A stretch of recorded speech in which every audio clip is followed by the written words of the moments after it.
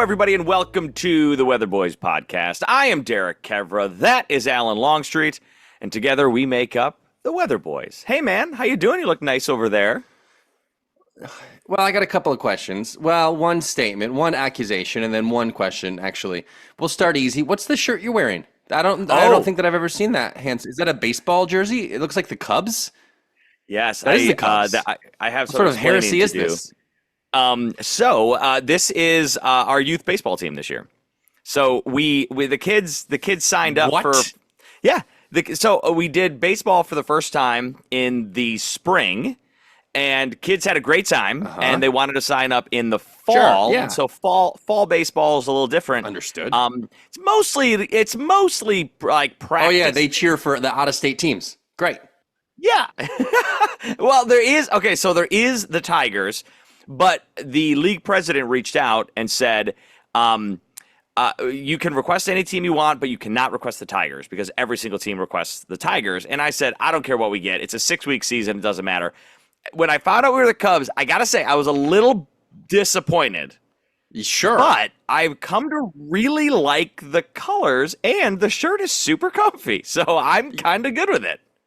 Oh, yeah. No, I mean, it looks wonderful, but it's the Cubs, Dirk. And wait a minute, 6 more weeks? When does this is going to coincide with our World Series clash with the Cubs?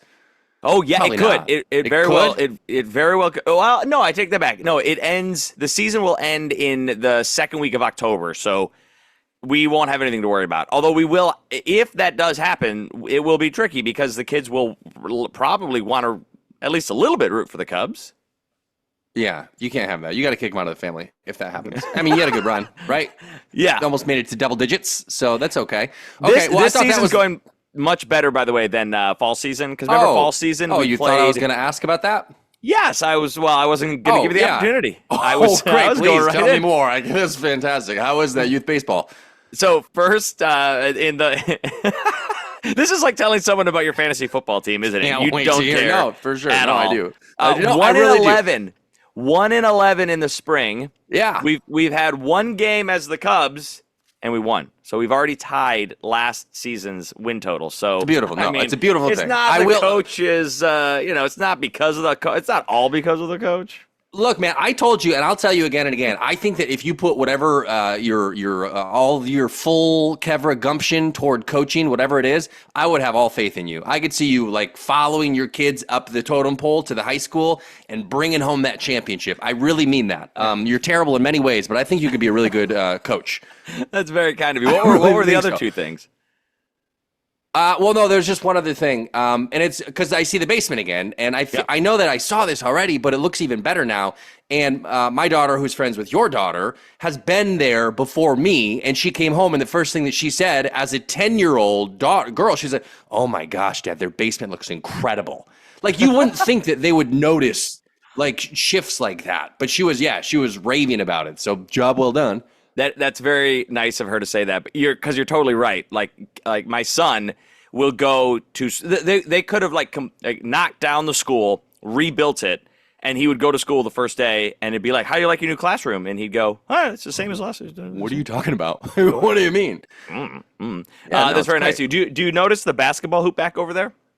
Oh, I do now. I didn't before. Oh, that's fun. Great. When you bought the one for the weather office, part of me was thinking I should just bring that one in because Campbell's not so much interested in it anymore now that we've got the real one outside. But you got the real. That's okay. Yeah. Well, this one will be for when you guys spend the night, and you and I can stay down here all night and play basketball. And that's a new couch, right? That's a new couch, isn't it? Yeah. Is it as comfortable as the upstairs couch? No, because that upstairs couch is it's practically a bed. I mean, really, it's gigantic. The couch upstairs is huge. Yeah. No, it's more than huge. You can have a huge thing that's uncomfortable. Fair. That seems weird to say, but it's very comfortable. It's a nice couch that you have. This is a new couch, and we like it. Is it as comfortable? No, but did it fit down the stairs? Yes, and that was kind of the key thing with the basement couch. Oh, you didn't make it? You didn't craft that as well, like you did the rest of the basement? Yep, I upholstered it. I actually I picked it up Oh, off of a oh, garbage day and I reupholstered it. No, I bought it. great. Don't care. I actually have some shutters on the front of my house, which is brick, and they were falling off. And you know what I did the other day? I started What'd you doing do? well, I began the process of figuring out how to fix it. And so I did a little drilling into the mortar in between the bricks. The mortar in between the bricks. That's what that is. Yeah. And I drilled out the screws had broken off, and so I had to get them out of there. And then I ordered some new ones. And then one day I'm going to put them back in. And so Wow. the shutter won't be flapping around in the wind anymore in the future. I And I like found, you know what I found behind the shutter? What'd you find? I found a bee's nest. Oh my God. Probably a hornet's nest. Yeah, I'm sure you I did. really did. I'm sure that's what was Yeah. behind there. That's what happens when you leave those things unattended. But I like how you described that you are beginning the process of starting to figure out how Yeah. to fix it. Yeah, here's the thing that I'm realizing. Like, fixing things is because every time you talk about a project, like, I die inside a little bit. Cause I'm like, oh, what a man! I'm supposed to be doing this stuff. Oh. And I some things I do, some things I can do quite well. Many things I have no idea what to do. And anytime one of the problems I find is you need to have the right tool set. And I ain't got nothing Yeah. for tools, buddy. I got slim pickings over here, but I'm establishing a little toolkit. So watch out, world. You know what I found, and this is kind of a morbid thing, but like I started accumulating tools when older men in my family Oh, passed yeah. away. Sure. And so it's like they don't want that, they want to hand that down. And so that's how I started developing mine, which is again kind of sad, but it's also kind of cool because then when you're Yeah. using a circular saw and you're like, hey, this was Grandpa Hank's, and that's kind of neat. You know Dude, that I silver have. lining. My neighbor, I borrowed his hedge trimmer, electric hedge trimmer. He passed away, God rest his soul. And his wonderful wife is like, well, you know what, Alan? The good news here is you can keep that trimmer. And I'm like, yeah, thanks, guys. Well, Oh, he might be dead, but you got something out of it. So yeah. So thanks, buddy. I have grand plans for your laundry room because it's Oh the my most beautiful gosh. laundry room in the history of laundry rooms. But I think we could do some built-ins along that back wall with some like hanger racks, and I think we could really make that a sexy Yeah. laundry room. Yeah, when this guy comes over to my house, it's straight to the laundry room, and it's odd. It is odd. Yeah, you're right. It's we got some size in there. It could be better. It could be better managed, better used. Yeah. Your all right. your laundry room is bigger than most New York City apartments. I mean, it's a Oh my, gigantic. ain't that the space. truth? Yeah, you're right. Michael would lose his Michael estimate. Yeah. Okay, we got to get to our guest today. We are very excited about this guest because she is an out-of-stater, which is why we are doing this remote. But we were lucky to get her on the Weatherboys podcast. Today, we are going to sit down with Maggie Kane. She is the visionary founder of A Place at the Table, Raleigh, North Carolina's first pay-what-you-can cafe, redefining what it means to share a meal. Maggie's journey started with a simple but powerful belief. Everyone deserves dignity, community, and a good cup of coffee, no matter what is in their wallet. Now, since opening the doors in 2018, she has built a space where neighbors from every walk of life gather around the same table, proving that food can spark connection and change. We're going to talk about the leap of faith that it took to launch this nonprofit cafe and the stories that help keep her inspired and what she's learned about kindness, resilience, and the power of sharing a meal together. Ladies and gentlemen, please welcome Maggie Kane. Maggie, hi. Woo! Hi. Oh, wait, are we starting right now? Yeah, no, you're on, and you've ruined the podcast Yeah. already. He doesn't We're want you to hear. live. He doesn't want you to hear the intro that he said about you. You'll Cool. hear that later. Cool. Can't wait. It was all Side super note, nice. before we get started here, Derek, Yeah. did Scott tell you who you remind me of? Was or it did- was it Brad Pitt or was it George Clooney? Which one was it?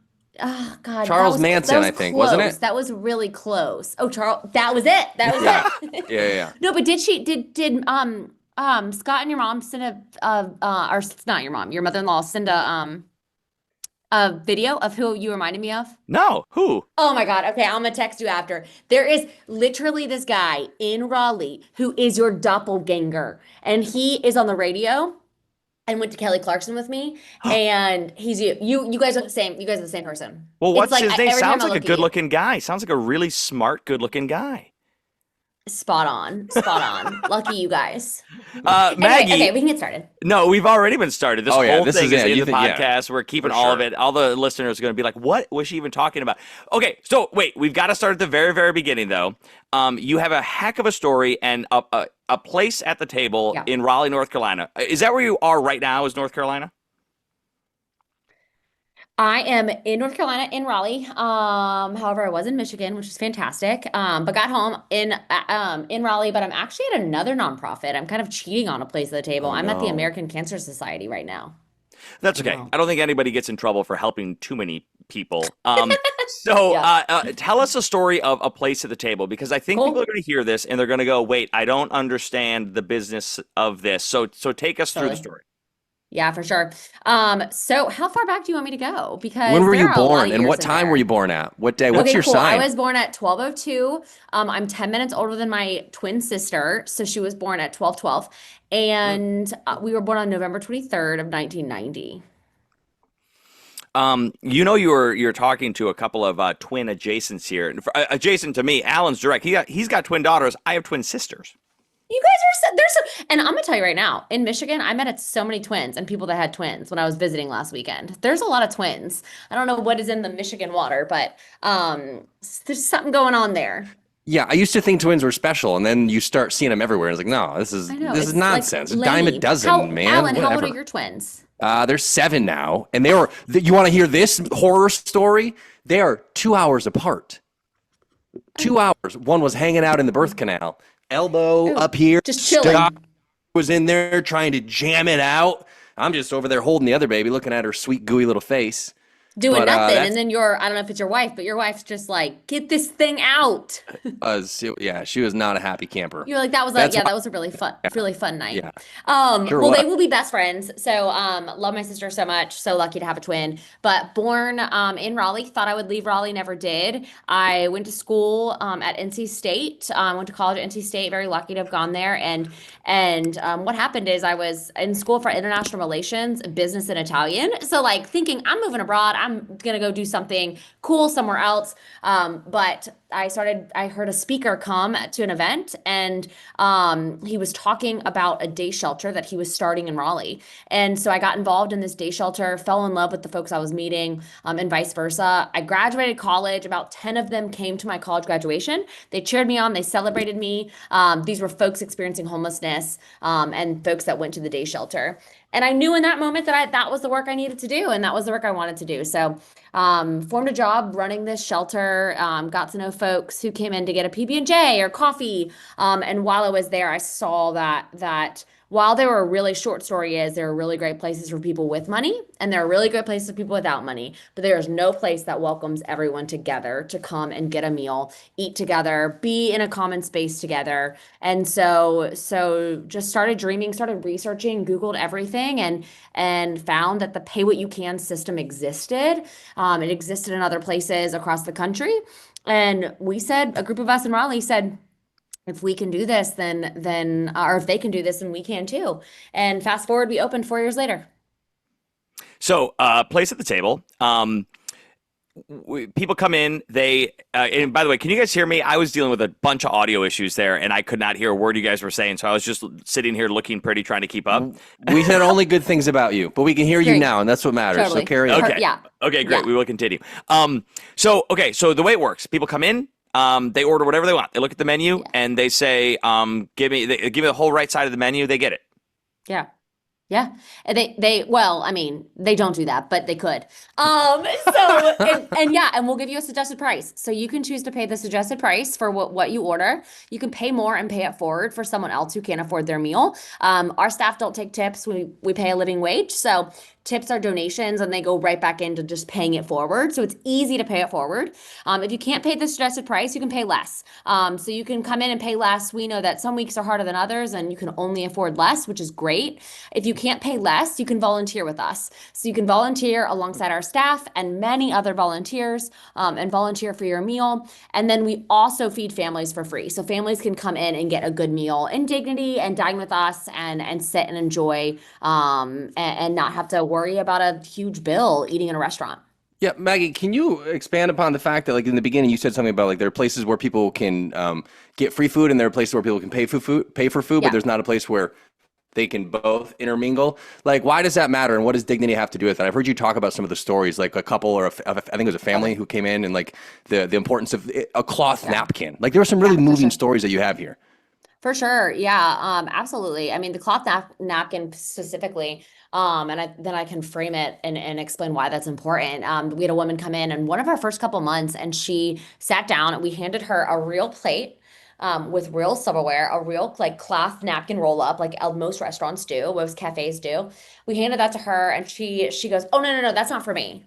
And she had paid less for her meal. She said that's not for me. That's not for me. I didn't pay full price, and I no, I don't deserve that. And we said, no, you do deserve that. Like you do. That is your napkin. Please enjoy. Please use that. That real silverware. And she starts crying, and she goes, I have not eaten in a restaurant like this. I've not used a cloth napkin setup like this since I was in my grandma's house many, many years ago. She goes, this feels like home. And that's a true story. And it's like from then we said, yes, linens are probably going to be one of our biggest expenses. Because fun fact, if you restaurant linens, never steal them out of restaurants because they're so dang expensive. But it's one of our biggest expenses. But we said that's why we do it because it's important to have real silverware, real cloth napkins, real plates. That makes you feel dignified. That makes you feel normal and human. One of the first few stories that when I first got started working on this, I was friends with someone who was experiencing homelessness, and we ate in a we ate in a restaurant, and we're sitting there, and I said, why have you chosen this restaurant now 2, 3 times? He said, first, I have choice. He said, people make every choice for me from where I sleep to what I eat. So here I get to choose. I get to choose if I want a steak or if I want a waffle or if I want a sandwich. I get to choose. He said, the second is I have dignity here. He said, people treat me as invisible everywhere I go. Here I have dignity. I'm seen. I'm valued. Someone comes in and checks if I need a refill. They then say bye as I'm leaving. I'm seen here. And I think that that's the other thing is like the dignity and then just being seen kind of all goes hand in hand. So we at A Place at Table, we make sure you have choice and you feel seen. So our mission is a little different than a lot of just food, nonprofits that work in food insecurity work.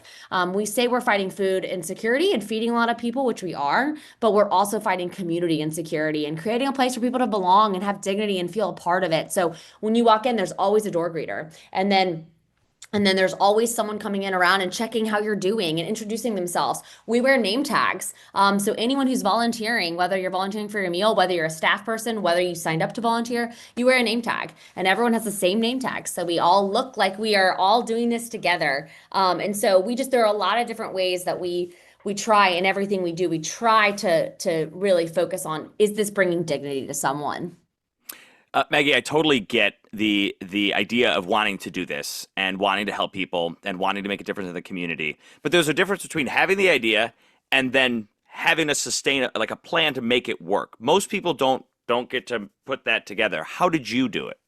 Yeah. A lot of prayer and a lot of people and a lot of wine and no, really, I think this community. I did not know how to do this at all. I had worked in restaurants, I'd worked in nonprofits, but never had I started a nonprofit restaurant.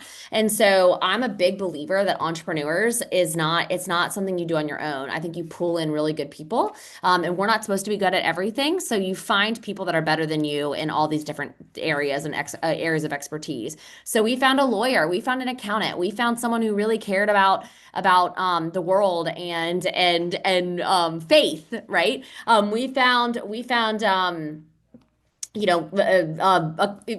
restaurateur, just all these different skills that people had done before, got them involved, and just kept slowly pulling people in. People always say like it probably cost you a lot of money to open, and I said it did, and certainly like we fundraised, but we really friend raised. So we made friends that then helped us open, that have then now since continued to help keep our doors open. So we always say that table is not me, it's not our staff, it is the Raleigh's Community Cafe. So it's Raleigh, North Carolina's community cafe, and it takes all of us. So to hear you talk about this, it sounds just a little easy breezy. Like you have this great success, but like, don't most restaurants like fail after like, I don't know any numbers, but I've worked in restaurants and I feel like they're always closing and opening and there's a new spot. And like, this is like to have you said a nonprofit restaurant. I've never even heard those words put together before. I have a good friend that says that all restaurants are nonprofits, and they are. I mean, really, like there's some one-offs, but I really don't. I have a lot of restaurant owner friends. You don't get in restaurants because you don't get involved in restaurants because you want to make a lot of money. It's a really hard thing, and it's just expensive. You have to have passion and drive and energy to connect people and bring people together over food. So for us, 1000%, it is so tough. We're not sustainable. We're not generating tons of money every single day in the cafe. So we have to fundraise on top of it. So we fundraise about 70% of our budget. So we're like a normal nonprofit that's out there fundraising and telling the story. And then we also deal with a lot of other things that other restaurants don't deal with is we have 200 people that are coming in every day and getting a free meal. And that just is a full busy restaurant. It's definitely really hard. It's definitely really challenging. And this community keeps us afloat. And like I said, like you hire really good people that know more than you do. Okay, so what you said, we don't make a profit. 70% of our revenue is fundraised. That kind of means you're doing exactly what you want to be doing, right? Because if Yeah. you were making a profit, you'd be going against the whole we're helping people, Definitely. we're giving away free meals. So by doing that, you're succeeding. Yeah, we are. And I people always ask me, they're like, Maggie, what do you do with all that money you raise? And I'm like, we pay our bills and we feed people. So yes, we're not like rolling money over every year. We're like fighting for our life to raise the money we need to raise. So I mean, we're continuing the mission every single year. We're trying things, we're failing at things, and we're just continuing because we know that we want to be a place for many years that it welcomes people and feeds people and so the community steps up and supports. But it's not easy. Yeah, no, it doesn't sound easy. It has led to some national recognition though, and Mhm. that's a great thing. So Yeah. first off, was it? Oh gosh, if I get this wrong, I'm going to be slaughtered. But I think it was Good Morning America. Only? Kick him out. You're Just done, kidding. Derek. No, no, no. Um, I know. You're done. I know there's more. I know it was also Kelly Clarkson, but I'm just kidding. I'm just kidding. I was if I got it if you were gonna be like no, it was the Today Show. I was gonna go no. Well, we But were on both of them. so I Derek, couldn't have stop lost. don't underestimate Maggie Kane. Have you Did you learned not nothing do from your these 15 Did you not minutes? do your research? I did. my ChatGPT let me down. Do you know where just kidding, I'm Raleigh, just North kidding. Carolina is, Derek? Yes, it is Thank on the you. West Coast. Okay, so Maggie, you've been on these national programs. How did that go? And was that exciting? It was awesome. It was so fun. Yeah, we had a blast. It was super fun. Yeah, it's just fun. Met really good people and Today's Show and Good Morning America were zoomed in, but Kelly Clarkson was in person, and that was just so fun because she's great. She's like really cool, and I want to be best friends with her. I think you are. I think you I heard her are. say that you guys are. ChatGPT told me you were. Yeah, Thank yeah, you. yeah. Thank you. I don't know if I'm Tell gonna her get to it. call me back. She hasn't called me back yet. She's on it. She's just been very busy. I feel like I'm not going to be able to get a satisfactory answer from this but like, because, and Derek mentioned this earlier, like it's one thing to have the idea and to have the passion. And I heard you say you're put on this earth to love people and to make people feel loved. But there's another thing to put your heart and your soul and everything that you are into this consistently. I don't know how long you guys been doing this, 5+ years, many years. Yeah. Like, 8. how did you do it? Like, I know you said, how do you do it? But like so many people have desires and we just don't do them. Thanks. And like Yeah. you did it and you continue to do it. And my guess is you're going to say like faith or something, but like, how do you do it? Love it. Thanks for that. No, I think honestly, it's because it's selfish. I get so much out of it. It is selfish. I have a therapist that told me, Maggie, it's literally like and excuse me to anyone who's an addict out there. I mean, nothing by this, but it's like a drug walking into the cafe every single day. It is so fulfilling for me to get to know so many beautiful humans. And so I mean, I do it and it drives me every day because I love it. I love the stories, the secrets, the people, like I just get to be the keeper of all those things and these precious people's lives. And so I think that's what drives me. It's like days can be really hard. We could have had a fight break out. We could have lost, today our van got dented. We have a catering van, and it got dented, and whatever, we had to fix it and pay to fix it. But at the end of the day, I'm like, okay, like I got to talk to that person and that person, and oh my gosh, he told me he got a job working down the street. And so it just like it's that, and that keeps me going, and I just I can't be more thankful. And then also, like I said, I have a really, really good team. They're the ones that do. I mean, they're there right now, cleaning up, and like I'm not there helping close the restaurant down. They are, and so they are the ones that really do the work. Maggie, if I didn't know any better, I would say that you're not a real person because these because these answers that you're giving, they're so optimistic. They are so, I see the good in people. But I do know you, and I know that that is exactly how you feel. I was Yeah. connected with you through my father-in-law, who shared a story Yeah. recently about a man that you met on the street, the Peanut story. Can you share that Peanut. story? I think this is such a great representation Yeah. of who Hilarious. you are. Hilarious. And Derek's father-in-law helped start tables. So this is what's so fun about this. And I got to go visit the whole fam this weekend, and another pay what you can restaurant, which was super exciting. But yes, I first got started doing this work in 2013, and I got to know a lot of folks that lived outside. And I got to know them. I got to know where they lived. They welcomed me to their tents and their places, and I just knew them really well. And so your father-in-law and I were walking down the street one day, and this guy named Peanut was panhandling, or other words, asking for money. And I went up to him and I said, Peanut, you're not allowed to ask for money. You know you've been in trouble for panhandling. You're not allowed to be on the street corner asking for money. It is illegal, and you have gotten in trouble for it. So stop doing it. And he said something like, "Yes, Miss Maggie, I know, but I really need a couple dollars. Like I just whatever." And we hugged out, and it just that is my life work. I would have thought nothing about it. He reminded me of that story. But it's my life work, and it's like But the best.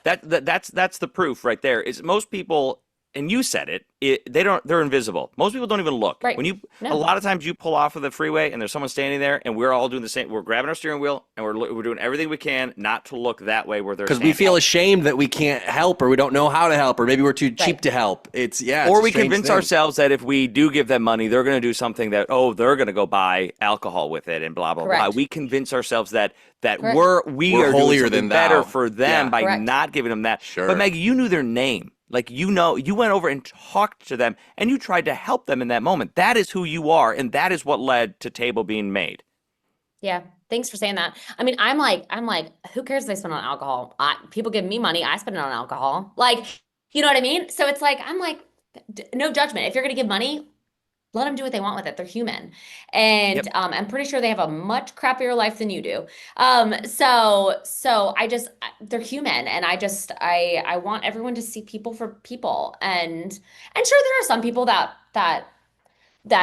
Scott and I were talking about that this weekend too, is sure there are some people that will be homeless for the rest of their lives because they choose to be, and that's fine. But there are a lot of people who are like one step away from homelessness. It's really easy to be one step away from homelessness. You lose everything, and then you're outside, and then it's really once you're experiencing homelessness, it's really hard to get out of that. It's like they call it the cycle of poverty, and it's just you're just so stuck in it. And so I just feel like it's like, why are we not just supporting each other and helping each other get out of some of these really vulnerable times? Yeah. Why do we convince ourselves that we know what's better for other people, or that Correct. our values and morals should be the standard, and because they don't have that Correct. we're not going to help them anymore? I don't know why we do this. I mean, we do as a society, and it kind We of do. sucks. It just kind of It sucks. sucks. It sucks. It makes zero sense to me. And so that's why we at Table, it's like we're not just feeding people. And this is the cool part is half of our diners pay the suggested price or more, half pay less, volunteer, or our family. And what we really want is we want people to see each other as humans. We want you to be volunteering in the dish room. Someone signed up online, someone showed up. No one knows who signed up online and who just showed up to volunteer for their meal, but you're volunteering in the dish room together, and you start to see like, oh my gosh, you're from Brighton? Oh, I'm from Brighton. Oh my gosh, we have a lot in common. Where do you live? Oh, you live in a tent? I live out down there, but like, cool, we're both from Brighton. You know what I mean? So it's a tool towards bringing people together, and it just breaks those walls down. Or you're sitting. The other cool thing that happens all the time is we have lots of tables that are really close to each other, and people are sitting next to each other, and they just start, oh my God, that chicken and waffles is banging. That's so good. Oh my God, it is. Do you like it with hot sauce? No, I don't. But oh, where else do you get chicken and waffles? And it just like this just like relationship starts to form. And I think the other thing is we start to see each other as people and humanity, and us who are privileged are educated in that, and we see that it's normal. So And part of it is I feel like I would always go into it as like, oh, well, maybe I can help them get a job.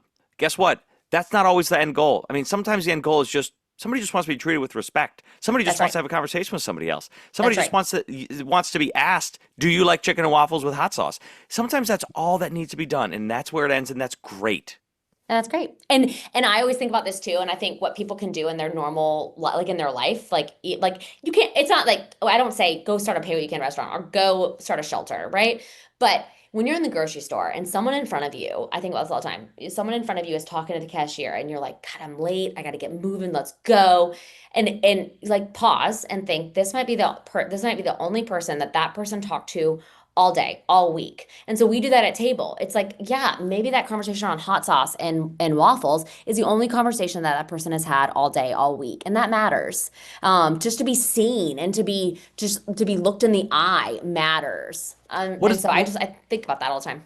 what is wrong with humans? Because I feel we work in the news and we hear time and time again studies that say like just simple conversations with strangers benefit both. So it's not as if like you're doing that person a favor or I'm doing that person a favor. Like you're Right. both going to come out 9 times out of 10 more energized, more Right. happy, like just little tiny like positive wins. But I don't know, we just don't want to talk to people and we don't do it. We miss out on It's so scary. much. Yeah. It's unknown, and it's like it's people. People always say this, like what's unknown is scary. And we're proving and showing people that like it doesn't have to be that scary. People are people, and they want food and they want to be loved. Have there been relationships that have developed with people that, and I've noticed that you're very careful with how you describe. You don't say homeless. You say, Mm-mm. you've said that Experiencing. experience Yeah. homelessness and live outside. And Yeah. so I want to be aware of what I'm saying too, because Thank I you. think words matter, and I think that describing Yeah. people properly matters. So have you Thank you. seen relationships within the restaurant where they have been able to make a positive step in the direction that they want to go? Ah, all the time. All the time. All the time. I mean, like I said yesterday, I was chatting with someone, and he's been volunteering with us for a couple years. He's probably 22 years old. He came up to me just screaming like, and I think we're his reference. He had asked us to be his reference for one of his job applications. He's like, Maggie, I got a job. And it was at like a really nice restaurant in downtown Raleigh. And so that all the time, this happens all the time. And so it's so fun that we get to celebrate with people. We get to be in those moments with them, and celebrate the joys and the wins. And we have a mom that with her son that used to come in all the time. She was really struggling in and out of extreme poverty, in and out of her car, in and out of living outside. She lost her son for a while, and we went to court with her. We advocated with her. She got her son back, not because of us, but she got her son back. We were just living with her in that. And now her and her son, they come in once a week, every Wednesday before he goes to daycare, and it's just like it's just so beautiful. And then, but also relationships can be messy, so we also are in the tough moments with them too. But that's the power of relationships. Hey, you seem like somebody who goes real hard. Obviously, you go hard. You're doing real things. How do you not burn out? Good question. Or is this you Good burned out and question. you're just a superhero? This is me burnt down. No, I'm just kidding. Yeah. Look, I do a lot of traveling. I went to Portugal last week. I'm going to Spain in 2 weeks. So I disconnect, literally have to leave the country to do this. I I have good friends. I'm a runner, so I do a lot of running. That's kind of my thing. And then again, like I really have great humans that rock the show and they don't need me. And so I have to check myself and I would be there every day if I could. That's But what I'm I'm saying. like, Is it no, easy for you? Because I imagine you're the kind of no, person who wants to give everything that you have no, all of the time, and like no, nobody I can want do to be that there. ever. at all. I want to be there 24/7. I want to be the one cleaning. Are you actually locked in a room right now? There's someone on the outside of the door. They're not letting you out. They have to kick you out of the restaurant. You're not wrong. That's why I'm at the ACS Foundation. But truly, like, they don't need me, and that's the beautiful thing. But I would be there. But yeah, they do it better than me. When I'm there, I get in the way. So I can really just like take care of myself and make sure I think my big thing is I want to make sure that they are taking care of themselves, because it is really, really hard work. Well, okay, so it's not that they don't need you, first off, just that's important that you know that. Well, you're sweet, but they don't. But also your role has evolved as it should through this process. You're doing a lot of fundraising now, and you're also helping spread the word on pay-as-you-go restaurants all around the country, which is why you were in Brighton when you were a couple weeks ago. Yeah, absolutely. So we always say, people ask us, are you guys going to open up another Pay What You Can restaurant? You've done so well. Are you going to do it again? And we say no, because we believe these come out of the communities they're in. And so this one we spent 4 years building it. And so it works because the Raleigh community donates, dines, volunteers. Literally, it's Raleigh's community cafe. Table wouldn't work somewhere else. And so we work with a lot of communities, just like our mentor cafe was Farm Cafe in Boone, North Carolina. So we work with lots of different people wanting to start this. So the one in Brighton, Michigan is so exciting. The Ivy Table. We started chatting with them 2 years ago. They've come up to visit a couple times. We've jumped on a lot of Zooms. And we did not help them do this. We just were friends with them and like gave resources that we've used and like just tried to make their life a little bit easier. And we want to help people do this, but we know that we're not going to do another one. Nice. Okay. I think at this point, I know you're so busy, Maggie. We got to wrap this up. I know. But I know that there are people that are going to be listening to this, and they're going to say, "Okay, we want to help. How do we help? How do we help Maggie? How do we go to the one in Brighton? Can you throw some information and just keep spitting?" Yep. Go to the one in Brighton, the Ivy Table. Check out their website. Check out their Instagram. It's beautiful. The food is delicious. Go see them. Go donate. Go volunteer. You can also check us out, tableraleigh.org. If you're ever coming through North Carolina, come through Raleigh. See us. You can see us on social media. Table Raleigh. You can see our food and people. It's super fun. But we would love you on this side of the country. And but if not, please visit the Ivy Table. They're fantastic. I do notice, and there is a very beautiful metaphor. Everything, it does seem like the word table shows up. And that's not an accident, is it? The table is a metaphor for a lot of things. Table. Yep. Definitely. The table. It's because it's what connects us all. It brings us all together. It's the one thing that I'm sitting at a table right now with 4 chairs. No one's in here with me, but they could be in here with me. So it's the one thing that like really brings people together. Beautiful. Maggie, Kane, thank you for joining us. We really appreciate you giving us a bit of your time with as busy as you are, and that you're not in Spain, so you can talk to us, which is great. Oh, can I say real quick that I've read some reviews, and I've heard the food is really good as well. I think that should be said. This is not like a subpar food just helping people's situation. This is the real deal. Carry on, Derek. Thank you. Thank you. The food is awesome. We have a fantastic chef.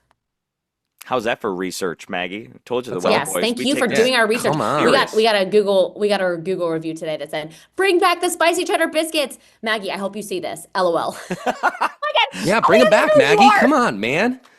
We need more of that. So, Maggie, Kane, thank you so much for joining us on the Weatherboys podcast. Everybody, if you are a fan of the show, you can watch all the episodes on YouTube, Spotify, and of course on the Fox Local app in the Weatherboys section. Just scroll down, and everything that we do is right there as well. Thank you, everybody. See you next time. Bye.